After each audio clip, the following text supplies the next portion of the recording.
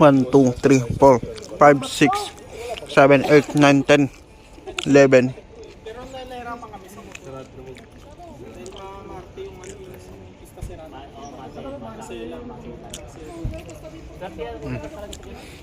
CBR Adventure NMAX na kanang R1.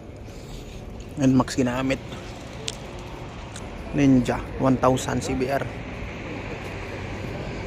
Triumph RX 765.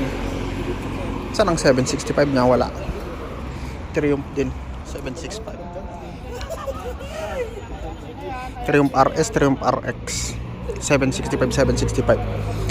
CBR 650R, CBR 600RR. 600RR pero mas malaki ang horsepower.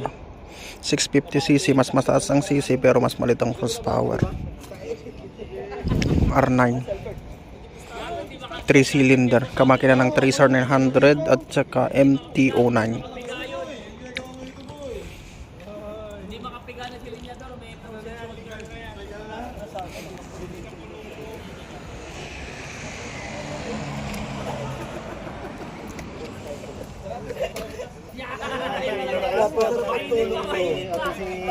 Walang galawan tulog nun, nakagay.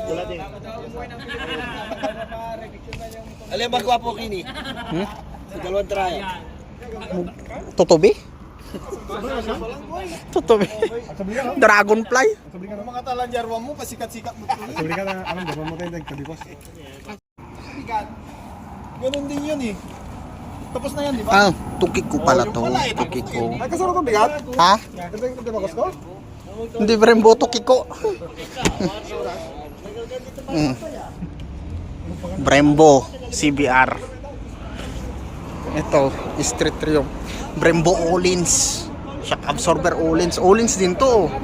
Mga ito yung siguro yung mga matataas na model. Olins at saka Brembo.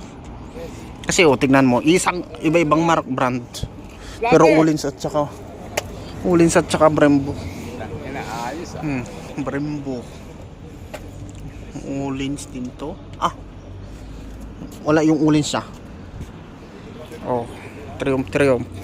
Ito Nissin. Ah, ito yung sa kanto, Nissin Japan. Tokiko.